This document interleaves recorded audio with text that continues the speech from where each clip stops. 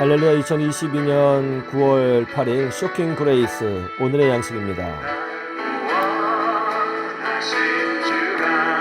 추석 명절인데요, 우리 감사로 시작했으면 좋겠습니다.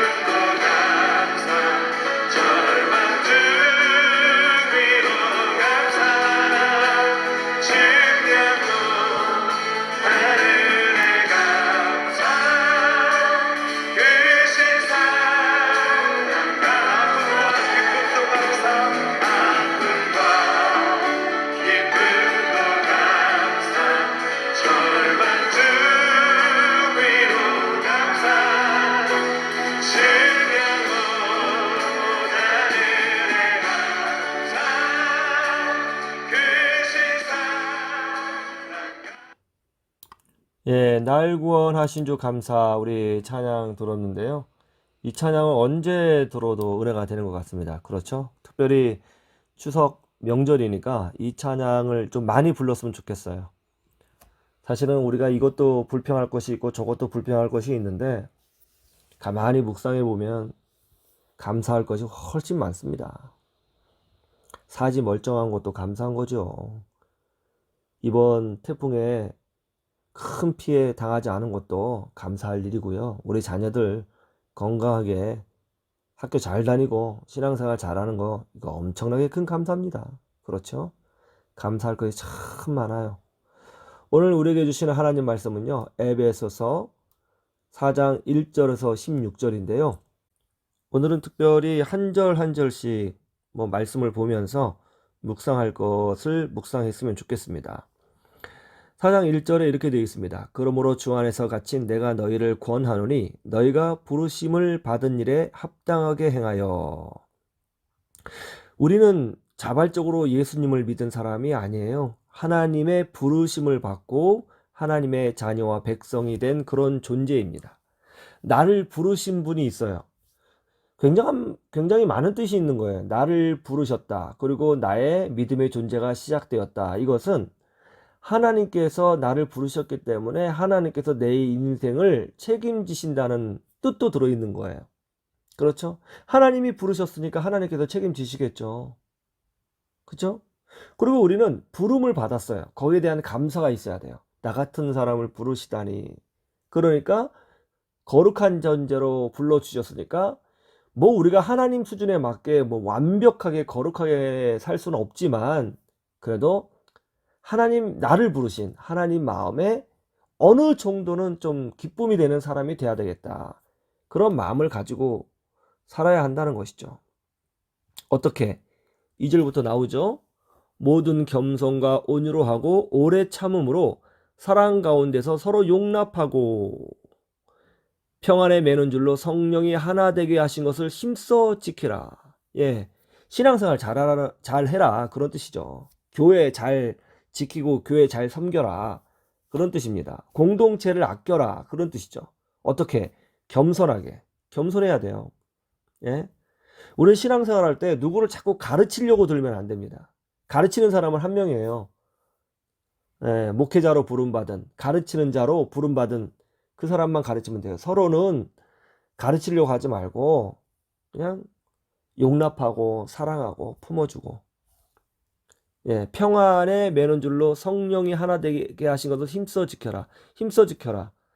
예, 교회가 하나 되게 하는 것은 자동적으로 되는 게 아니라는 거죠. 힘써 지켜야 되는 거예요. 에너지를 써야 된다는 것이죠. 4절에 몸이 하나여 성령도 한 분이시니 이와 같이 너희가 부르심의 한 소망 안에서 부르심을 받았느니라. 예, 삼위일체 하나님 우리를 부르셨다는 것이죠. 주도 한 분이시요 믿음도 하나요 세례도 하나요. 예, 하나님도 한 분이시니 곧 만유의 아버지시라.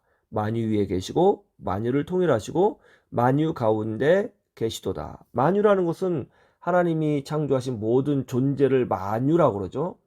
예, 하나님은 모든 존재의 아버지가 되시고 근원이 되시고 또 통치자가 되신다는 것입니다. 이 물질 세계의 아버지가 되시고 이 물질 세계의 통치자가 되신다는 거예요. 이 물질, 돈도 들어가는 거잖아요. 우리가 먹고 사는 모든 먹거리, 그렇죠? 하늘, 땅, 예, 저 우주, 별, 태양, 에너지 다 하나님 거라는 거예요. 그러니까 하나님께서 이 물질을 우리에게 주신 거예요. 이 말은 뭐냐면 우리가 주 안에서, 예, 이 물질을 통하여 거룩하고 복되고 부유한 인생을 살도록 하셨다는 것이죠. 이것이 개혁주의 신앙관입니다. 그리고 그뿐만이 아니라 그 하나님께서 7절에 우리 각 사람에게 그리스도의 선물의 분량대로 은혜를 주셨나니, 예, 은혜를 주셨어요. 8절에 그러므로 이르기를 그가 위로 올라가실 때에 사로잡혔던 자들을 사로잡으시고 사람들에게 선물을 주셨다 하였도다. 예, 우리는 어떻게 보면은 사로잡혔던 자들이죠. 예, 악한 마귀의 세력에서. 그러나 다시 주님이 우리를 빼서 오셨습니다. 다시 우리를 사로잡아서, 예, 하나님의 사람으로 만드시고 천국 백성으로 만들어 주셨죠. 이것이 선물이에요. 올라가셨다 하였은즉 땅 아래 낮은 곳으로 내리셨던 것이 아니면 무엇이냐. 예, 우리 하나님 뭐 이제 우리 주님이 올라가셨다, 승천하셨다 했다는 말은 반대로 주님이 땅에 계셨으니까 올라가셨다라는 표현을 쓰는 것 아니냐. 10절에 내리셨던 그가 곧 모든 하늘 위에 오르신 자니 이는 만물을 충만하게 하려 하심이라. 11절부터 중요한데요. 그가 어떤 사람은 사도로 어떤 사람은 선지자로 어떤 사람은 복음 전하는 자로 어떤 사람은 목사와 교사로 삼으셨으니 여기서 이제 목사와 교사 동의어입니다. 그러니까 목회자의 첫 번째 일은 가르치는 자, 하나님 말씀을 가르치는 거예요. 이렇게 하나님께서는 주의 몸된 교회와 성도들을 세우기 위하여 사도와 선지자와 복음 전하는 자와 목사를 세우셨다. 12절에 이는 왜냐하면 앞에 있는 저를 받는 거죠. 성도를 온전하게 하여 봉사의 일을 하게 하며 그리스도의 몸을 세우려 하심이라. 예, 하나님을 섬기는 사람, 하나님의 사람, 하나님 편에서 사는 사람을 만들기 위하여 주의 종도를 세우셨다. 그리고 그리스도의 몸, 교회죠. 그리스도의 몸, 교회를 세우기 위하여 주의 종도를 세우셨다. 13절 우리가 다 하나님의 아들을 믿는 것과 아는 일에 하나가 되어 온전한 사람을 이루어 그리스도의 장성한 분량이 충만한 데까지 이르리니, 즉 우리가 이제 성화도 되어지고 또 영적으로 깊이가 있어지고 또 여기서 안다는 표현이라는 것은 하나님과 사귄다라는 뜻이잖아요. 그러니까 하나님과 깊은 사귐이 있는, 정말 하나님과 친한, 완전히 하나님 편에 선, 완전히 하나님이 아껴주시는 그런 사람으로 우리가 점점 성장하게 될 것이다. 누구를 통해서? 주의 종들을 통해서, 신앙생활을 통해서, 하나님의 은혜를 통해서 그런 영적 성장이 일어나게 될 것이다.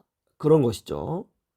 14절에 이는 우리가 이제부터 어린아이가 되지 아니하여 사람의 속임수와 간사한 유혹에 빠져 온갖 교훈의 풍조에 밀려 요동하지 않게 하려 함이라.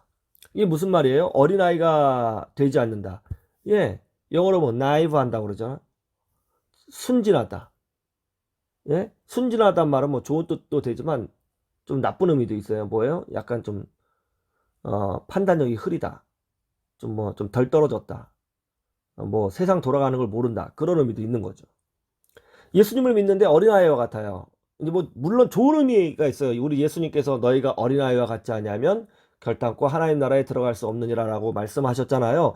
그랬을 때 어린아이는 또 다른 의미인데 여기서 어린아이는 뭐라고 그럴까요? 잘 속는 사람들을 말하는 거예요. 신앙생활을 너무 뭐라고 그럴까요? 막 순진하게만 생각해서. 왜 잘 속을까요? 교회 안에 속이는 사람이 있다는 거예요. 선동하는 사람이 있다는 거예요. 내 마음을 흔드는 사람이 있다는 거예요. 누가? 예, 사이비가. 벌써 사도 바울 시대 때부터 교회 안에 선동하고 교회 안에서 말을 만들어내고 교회 안에서 진리를 흐리는 사람이 있었다는 거예요. 사도 바울 시대 때부터. 지금은 없냐고요? 더 많겠죠 뭐. 신앙생활 때 정신 똑바로 차려야 돼요. 그냥 무슨 말하면 선동당해가지고. 또 어떤 사람은 자기가 선동당한지도 모르고 자기가 정의의 사도인 양 교회에서는 이렇게 해야 된다고, 이렇게 해야 된다고, 이런 원칙으로 해야 된다고. 그러면서 결국 그 원칙대로 보면 세상에 직장생활하는 그 원리를 그대로 가져온 거예요. 세상의 원리를. 기업에서도 이렇게 하니까 이렇게 해야 되고, 회사에서 이렇게 하니까 이렇게 해야 되고, 사회에서도 이렇게 하니까 교회에서 이렇게 해야 된다고. 맞는 면도 있지만 틀리는 게 더 많아요. 그런 거는요. 그러면 교회가 세상에 기업 회계 기준에 맞춰서 세상의 기업의 방식대로 움직이면 또 뭐라고 그럽니까? 야, 교회가 기업화가 되었다. 그러면서 비판해요. 모르겠어요, 저는. 목사님, 그러면 교회는 어떻게 되어야 합니까? 제가 늘 말씀드리잖아요. 교회는 가정이라고요. 가정, 집, 홈, 엄마, 아빠, 자녀들. 이게 조금 확대된 게 교회예요. 예? 우리 자녀들이 어떤 옆집 아저씨나 옆집 아줌마의 말에 선동이 돼가지고 자기 엄마 아빠를 막 공격해 보세요. 얼마나 웃긴 겁니까? 15절에 오직 사랑 안에서 참된 것을 하여 범사에 그에게까지 자랄지라. 그는 머리니 곧 그리스도라. 그리스도까지 자란다는 것이 뭐예요? 예수님의 마음을 품는다. 그런 뜻이에요. 사랑 안에서 품어준다. 그러니까 가정다운 가정을 만들어라. 교회를. 사랑이 충만한 가정. 예? 16절 말씀. 그에게서 온몸이 각 마디를 통하여 도움을 받음으로 연결되고 결합되어 각 지체의 분량대로 역사하여 그 몸을 자라게 하며 사랑 안에서 스스로 세우느니라.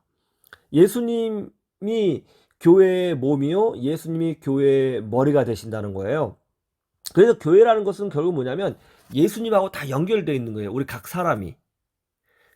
내가 예수님에게 연결되어 있고, 집사님이 예수님에게 연결되어 있고, 권사님이 예수님에게 연결되어 있고, 또 우리 뭐 청년들이, 뭐 우리 주일학교 학생들이 예수님하고 다 연결되어 있어요. 그래서 하나의 예수 그리스도의 공동체를 이루어요. 다 연결되어 있어요. 연결. 마치 우리 신체처럼 간, 콩팥, 뭐 허파, 대장, 소장, 위, 식도, 그 다음에 우리 머리에 있는 뇌, 눈, 코, 입 이런 것들이 다 기관들이 서로 연결되어 있는 것처럼 연결되어 있다는 거예요. 한 몸처럼 연결되어 있다는 건 두 가지 의미가 있는 거죠. 우리는 성장을 하는 살아있는 생명체다. 유기체다라고 하는 것이고, 두 번째는 그래서 이쪽이 아프면 이쪽이 통증을 느끼는, 서로 고통을 분담하고 고통을 느끼는 살아있는 공동체다 하는 것을 말씀하고 있는 것입니다. 교회가 그런 곳이다. 예, 교회는 그런 것이다. 그래서 이제 이렇게 결론을 내죠. 사랑 안에서 스스로 세우느니라. 교회는 어떤 곳이다? 예, 가정이다, 가정. 사랑이 충만한 가정, 용서가 충만한 가정, 성장이 있는 가정, 은혜가 있는 가정, 기적이 일어나는 가정, 그런 것이 바로 교회다. 이렇게 말씀하고 있는 것입니다. 여러분, 에베소서는요, 교회에 대해서 설명하고 있는 말씀이에요. 교회에 대해서. 여러분, 하나님이 우리를 이렇게 아름다운 교회 공동체로 불러주셨습니다. 이번 추석 정말 감사가 넘치는 추석이 되기를 바라고요. 예수 기쁨 넘치기를 주님의 이름으로 축원합니다. 지난 추억이 내 감사 주내 곁에 계시네 향기로운 봄철의 감사 외로운 가을 감사 사라진 눈물도 감사 나의 영혼 평안에 할렐루야. 지금까지 삶의 희망을 주는 희망을 노래하는 교회 정기영 목사였습니다.